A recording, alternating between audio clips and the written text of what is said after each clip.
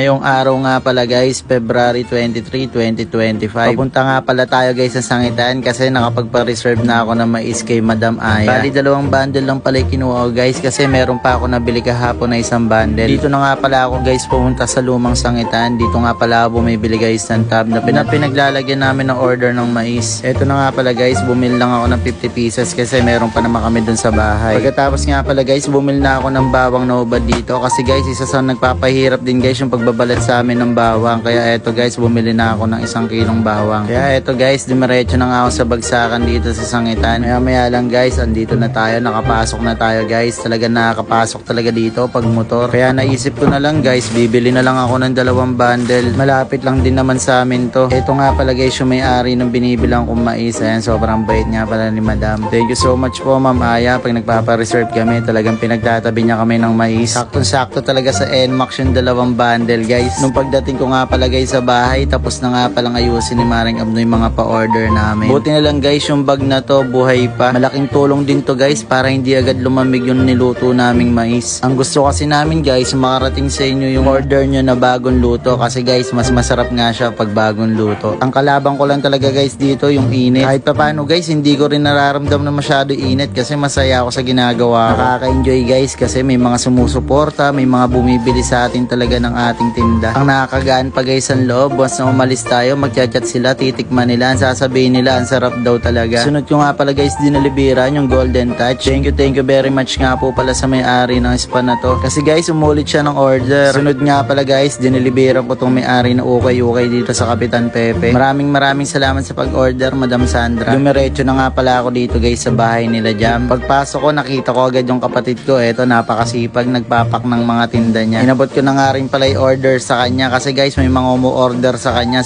na rin nag-PPM. Halos karamihan nga, mga kakilala rin niya yung mga umu-order sa atin. Tapos guys, kung gusto nyo bumili ng dress, i-PM nyo lang din po siya. Sobrang gaganda rin ng mga dress sa tinda niya. Pero syempre guys, kung nakita ko nag-post siya ng short, agad tayong bumili kasi baka maunahan pa tayo. Sumunod nga pala guys, diniliberan natin yung Imelda, si Sir Aner Ortiz. Ayan, shoutout po sa mga nagbibingo. Enjoy nyo lang po yan. Ayan, salamat din pala kay Best Seya. Thank you sa pag-order. Sobrang quality nga raw ng mais natin. Syempre guys, yung mga tiga rito sa amin, talaga sinusuportahan nila yung negosyo natin. Maraming salamat, Repa Bullet. Syempre, thank you very much din nga pala kay Ikay na lagi sa atin bumibili na mais. So, eto na nga guys, papunta na nga pala kami ng Talavera. Pupuntahan nga pala namin guys si Singing Queen Anne. Baka guys, hindi niya siya kilala. Siya nga pala yung nasa Itbulaga. Pero bago nga pala kami guys pumunta doon kay Laan, nag-deliver muna kami dito kay La Madam. Siya nga po pala may-ari ng sangyupan dito. Thank you so much po. Syempre guys, ang una ko lagi pinasasalamatan yung ating Panginoon Diyos. Kasi kapag mabuti yung intensyon mo, susuportahan ka talaga ni Lord sa mga plano mo sa buhay. Kasi alam naman niya kung mabuti ba yung balak mo o yung nagsisikap ka sa tamang paraan. Kaya dapat kahit anong pangarap mo sa buhay, kahit mahirap maabot, lagi mong gawin ng tama. So yun nga guys, balik na nga pala tayo. Andito na tayo sa Talavera, Nueva Ecija. Bago nga pala kainin ni Ann, pinicturean niya muna yung mais. Gotcha!